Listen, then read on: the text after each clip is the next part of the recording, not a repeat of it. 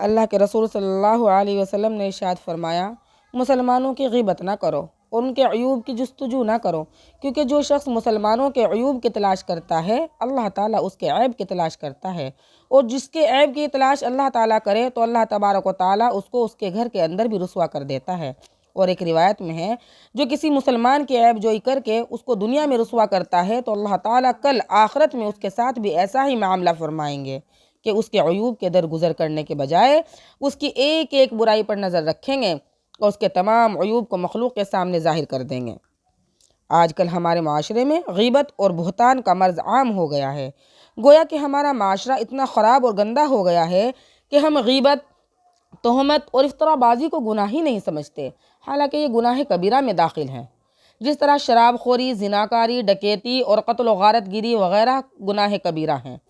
مزار حق میں لکھا ہے کہ غیبت کے سلسلے میں ایک باقاعدہ کلیہ یاد رکھنا چاہیے کہ اگر کسی شخص کا کوئی عیب اس کی عدم موجودگی میں بیان کیا جائے جو دوسروں کی نظروں میں اپنے ایک مسلمان بھائی کی شخصیت اور حیثیت کو گھٹاتا ہے تو یہ سخت غیبت ہے اور حرام ہے۔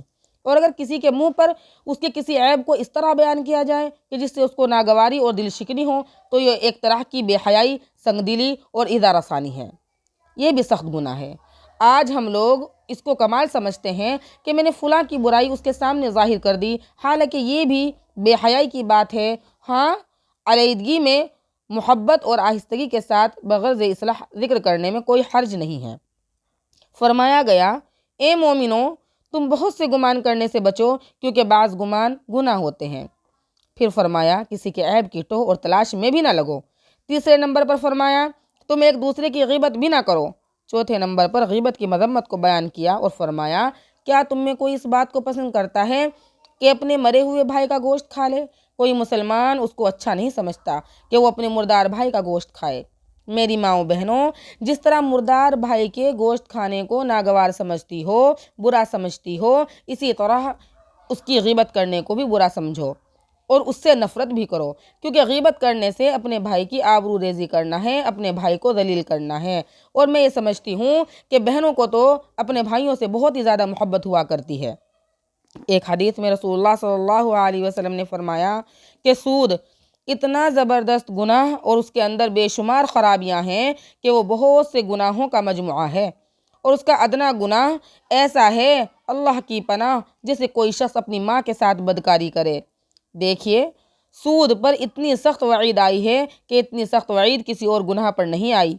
چنانچہ قرآن میں ہے، فَأَذَنُوا بِحَرْبٍ مِّنَ اللَّهِ وَرَسُولِهِ، کہ سود لینے دینے پر اللہ اور اس کے رسول کی طرف سے اعلان جنگ ہے۔ کسی اور گناہ پر قرآن میں اعلان جنگ نہیں آیا، مگر میری ماں و بہنوں، ابو داؤد کی روایت میں ہے کہ اللہ کے نبی صلی اللہ علیہ وسلم نے فرمایا کہ سب سے بدترین سود یہ ہے کہ کوئی شخص اپنے مسلمان بھائی کی آبرو پر حملہ کرے، یعنی اس کی غیبت وغیرہ کرے۔ جو آدمی کسی کی غیبت کرتا ہے تو قیامت کے دن اسے مردہ لایا جائے گا اور کہا جائے گا کہ جس طرح زندگی میں تم نے اس کا گوشت کھایا ہے اسی طرح مردہ حالت میں بھی اس کا گوشت کھاؤ۔ چنانچہ وہ اسے کھائے گا اور چیخے گا اور اس کا چہرہ سیاہ پڑ جائے گا۔ یہ انسان غلطیوں سے بھرا ہوا ہے، طرح طرح کی غیبت، تہمت اس سے صادر ہوتی رہتی ہے، اس لیے غیبت کا کفارہ ادا کر دینا چاہیے۔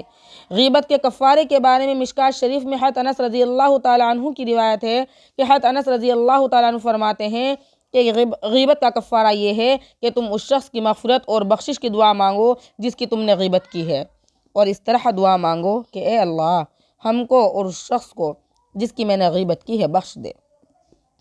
حدیث سے معلوم ہوا کہ اگر کوئی آدمی کسی شخص کی غیبت کرے تو اس کو چاہیے کہ اس سے معافی مانگے، خواہ وہ آدمی حاضر ہو یا غائب ہو، قریب ہو یا دور ہو، اسے غیبت کرنے کا پتہ چلے یا نہ چلے، ہر حال میں غیبت کرنے والے کو چاہیے کہ اس سے معافی مانگے۔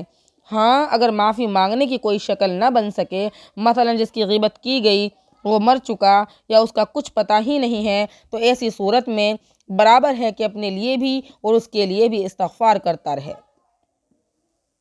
انشاءاللہ اللہ تبارک و تعالی مغفرت فرما دیں گے۔ اللہ تعالی عمل کرنے کی توفیق عطا فرمائے۔